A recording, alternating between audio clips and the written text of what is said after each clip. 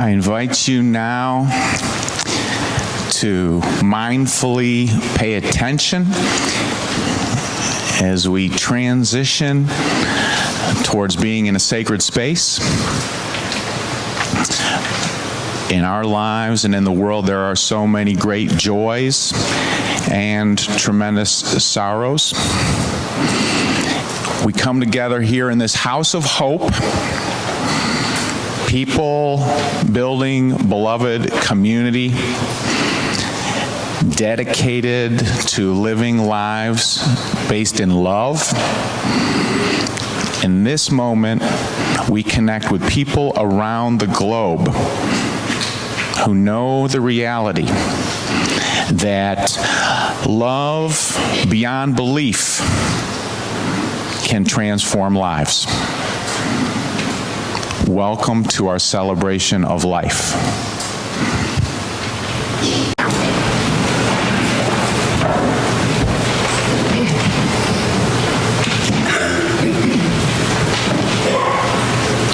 We'd like to chalice, a symbol of our faith and community, with the following reading from the Jewish Haggadah.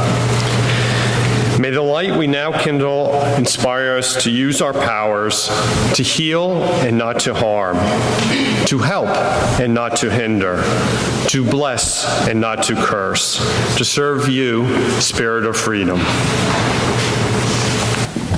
This reading, Falling into the Sky, by David Breenden, is based on a poem by Zen monk Muso Soseki. Years end ways. I dug and dug deeper into the earth, looking for blue heaven, choking always on piles of dust rising. Then once at midnight, I slipped and fell into the sky.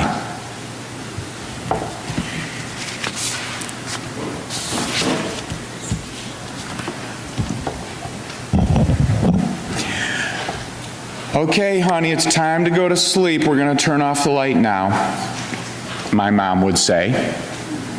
I was around 4 years old when my parents turned off the light and left me alone in bed. It was difficult. The night light saved me from panic, but not anxiety. I was very afraid of the dark. What was out there? And heaven forbid that I had to go to the bathroom. I did everything possible to hold it. What do you remember about your relationship to the dark when you were a young child?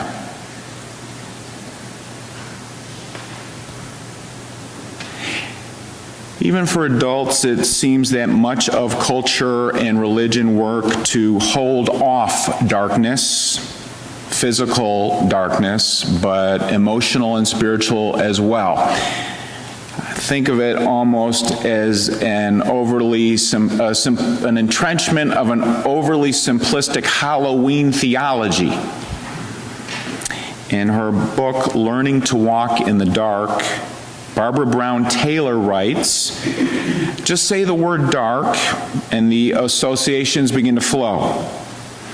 Nightmare, ghost, graveyard bat, vampire, death, devil, evil, criminal, danger, doubt, loss, depression, fear. And maybe fear is the main thing in this overly simplistic way of thinking. And it plays in because the reality is, at some point or another, most of us simply do not want to be afraid. And that's partly how we get tricked by immature spirituality. Tricks us into thinking if we just leave the lights on, we won't be afraid. Bad things won't happen. Mom, leave the lights on, please. But we know from our own experience that leaving the lights on all the time can do more harm than good. First of all, it creates a big electricity bill unless you have a really green energy plan. It's bad for Mother Earth. And leaving the lights on for 24 hours a day is one way to torture or break a prisoner. We are part of the cycles of sun and moon, and we need to be in the dark. Thankfully, my relationship with the dark has evolved past that time at 4, although I'm still working on it. But it was a few years later when on most nights my dad called from the porch, "Okay, Kent, time to come in, it's really getting dark now." And usually I was with a group of kids playing in the back alley. My dad was a hero because he had found a way to mount a basketball hoop onto the roof of the garage, and it didn't crush the gutter. And pretty much all year round, including we would shovel the snow to clear the court, we shot hoops late into the night out back. And my parents called me in when it was dark. Now, of course, dark is subjective, so with an alley light near the garage, it really never got too dark to play basketball. But at some point during the graying hues of dusk, my parents called it, "Time to come in, it is time." And I often, try to persuade them to get another 15-minute segment. Once I got older, after dinner, I was allowed to go back outside to shoot a little more in the dark. And not only did I feel like a big guy, but I also relished playing in the various shades of darkness. So if we were playing 2-on-2 in the dark, we'd try to pass within distances where you wouldn't, pop the other person in the nose or jam somebody's finger. And I still remember this, finding a way to see the basket just well enough to shoot and sort of seeing the ball disappear as it went farther and farther away from off my fingers and clank off the rim. No, just kidding. I say I can rebound and play defense. I cannot shoot. There's a mystery to how we as humans relate to the darkness. On the one hand, we often need light to gather, prepare food, work, play. But on the other hand, every evening the sun goes down, and we're in the dusk and then in the dark. What happens? How is it when rather than opposing the rhythm, we embrace the rhythm? I think many of our own experiences tell us that in darkness, we can experience and learn things that we cannot in the light. So we're in this season of the longest nights. Tonight it will be dark from approximately 4:36 p.m. until 7:03 a.m. So I think it's a good time to pause and reflect. How is your relationship with the dark? Can you explore, connect? Can you relax and rest? Can darkness be a time of more robust imagination or creativity? Can you more intentionally be with your dreams? Ryan works with people in dreams, and he invites folks before you're sleeping, intentionally think, I'm going to work to remember my dreams, and when you wake up, try and focus right away. What were my dreams? A lot of times right now this season, that's all in the dark when it's outside, dark. Of course, we can't be naive or offensive and say that night is just a time for peaceful dreaming and rest. So much of what one experiences and associates with darkness is contextual. You may live in a neighborhood where it is not safe after dark, and dark may thus bring anxiety. As a city guy, I still get nervous at times out in rural areas after dark because I say, who hears you if you're yelling and getting mugged out here in the middle of nowhere? You know, but I have rural friends who say they get nervous in the city after dark.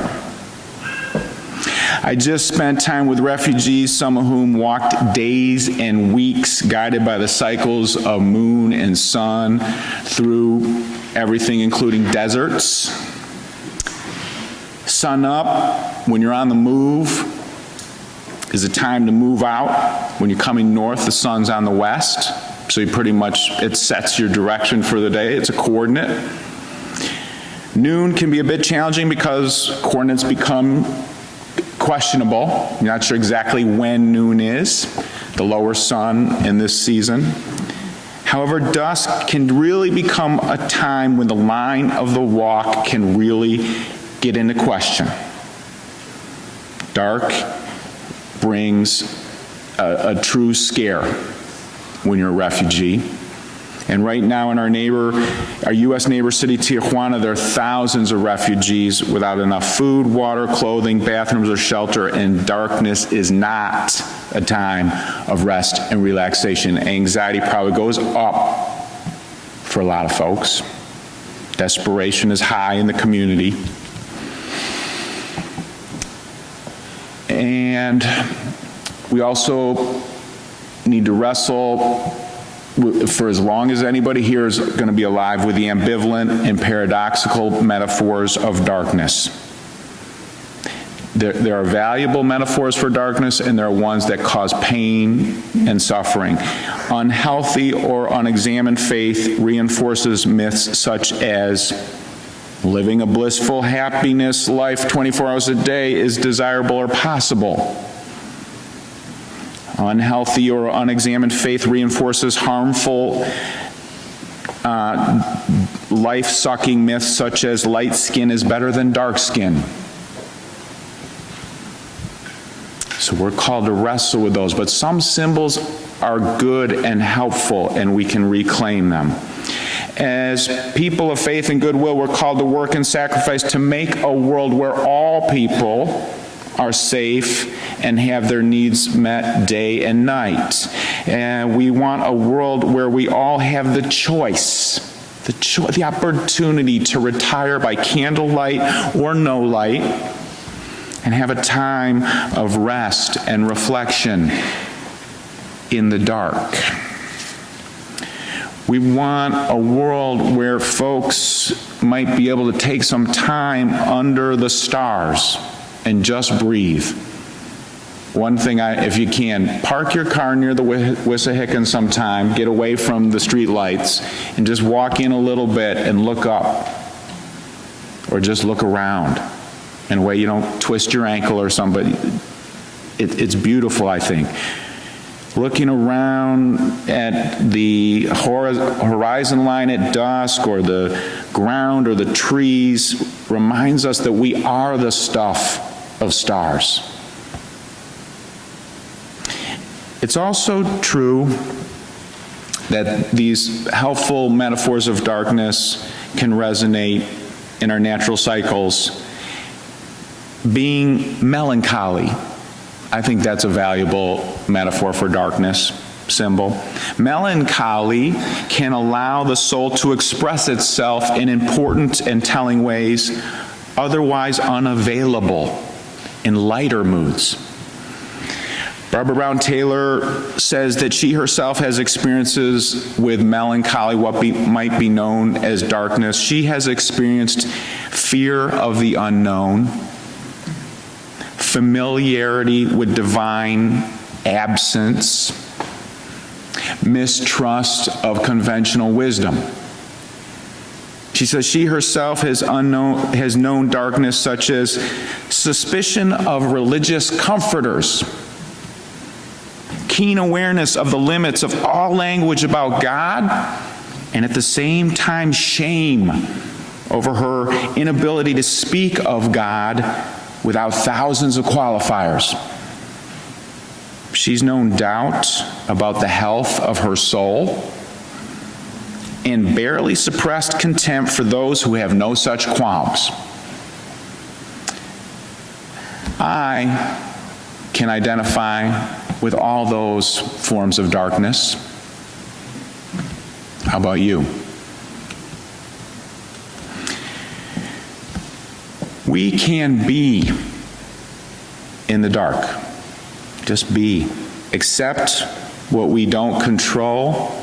Maybe try and work to change what we can. Pray for the wisdom to know the difference. We can go out and look at the stars for a while, but also we can go out and just look for darkness. This winter you can go out. I do not know if there are any owls in these Wissahickon woods. Somebody tell me if you know. There are. Jerry's saying yes. Okay, go owling. All right, I'm getting a lot of yeses. I like this. But you could go out, and whether you get an owl to hoot or not, you can have an experience. To go into the dark with a light is to find light.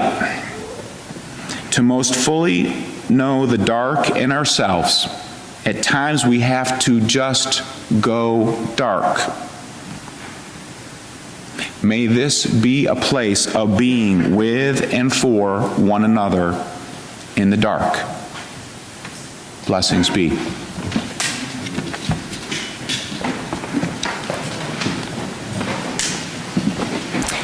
Universal mystery, guide us away from the desire to shine light in all the corners. Teach us to embrace the night, for without the darkness, we never see the stars.